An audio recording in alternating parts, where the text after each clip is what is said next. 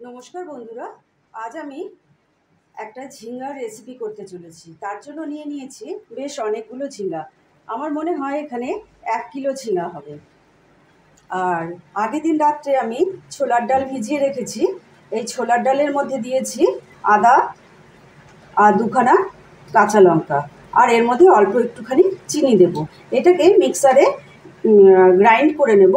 Grind করে ভালো করে ফেটিয়ে বড়া করে নেব।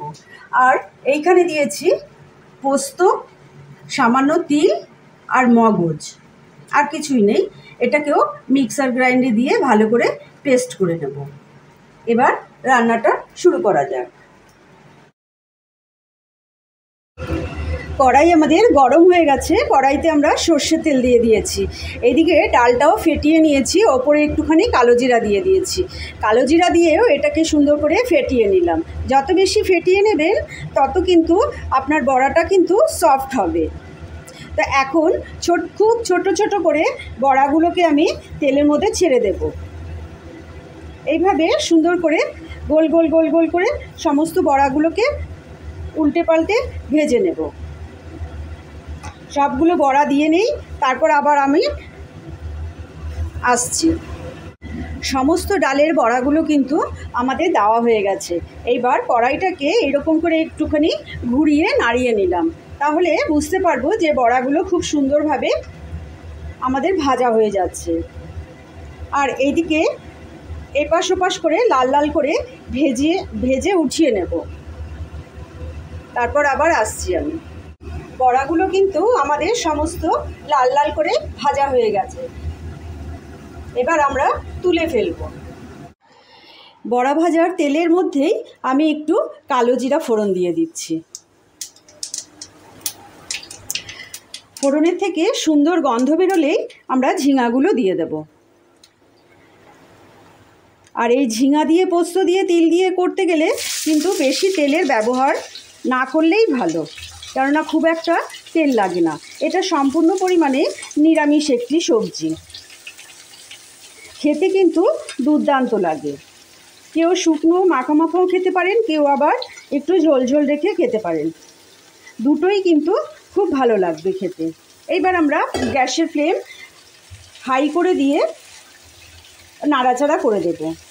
এইদিকে আমি বড়াগুলোকে তুলে রেখেছি। নাড়াচাড়া করে এর মধ্যে একটু লবণ দিয়ে দেব, পরিমাণ মতো লবণ, আর একটু হলুদ দিয়ে দেব। এটা কিন্তু সম্পূর্ণ পরিমাণে কাঁচা লঙ্কা দিয়েই করব।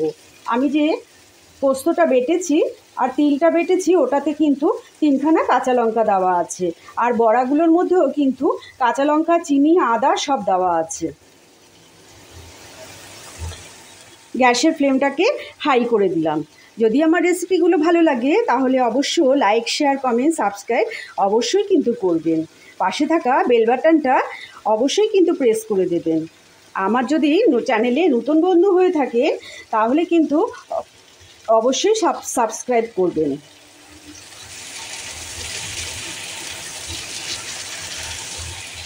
একটা লাইকে অপেক্ষার জন্য, একটা লাইক আপনারা করবেন সেই অপেক্ষায় কিন্তু আমরা বসে থাকি। একটা কমেন্টের জন্য কিন্তু আমরা বসে থাকি।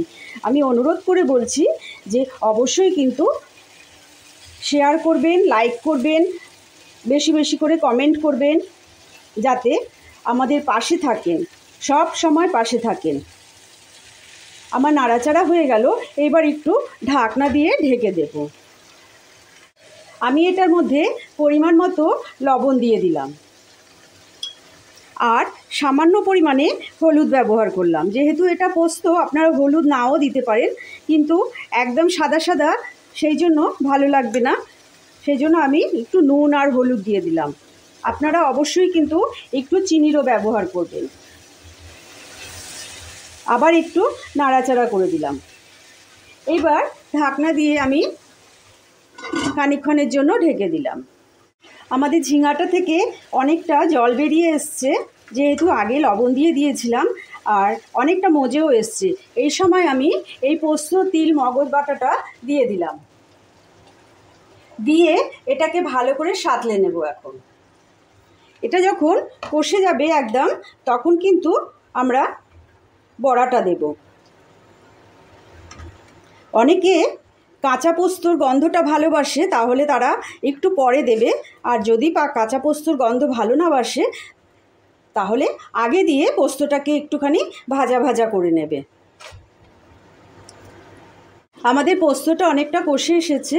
এই সময় 1 চামচের মতো, ছোটো চামচের 1 চামচের মতো চিনি দিয়ে দেবেন। আমি চিনি খাই না দেখে আমি একটা সুগার ফ্রি দিয়ে দিলাম।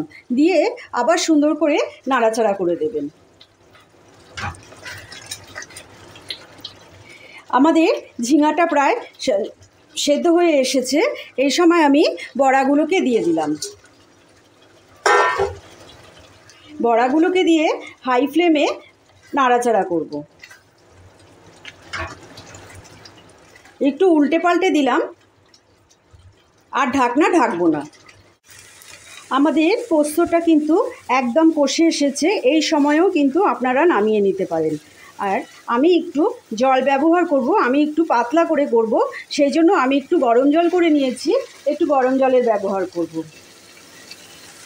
সামান্য একটু গরম জল দিয়ে দিলাম। এর মধ্যে আমাদের সমস্ত কিছুই ঠিক আছে। এবার 2-1টা টকবগি আসলেই আমরা এটাকে নামিয়ে পরিবেশন করে দেব। আমাদের পোস্ত দিয়ে বড়া, ছোলার ডালের বড়া, নিরামিষ তরকারি তৈরি হয়ে গেল। এই সময় একটু কাঁচা তেলের ব্যবহার করলাম।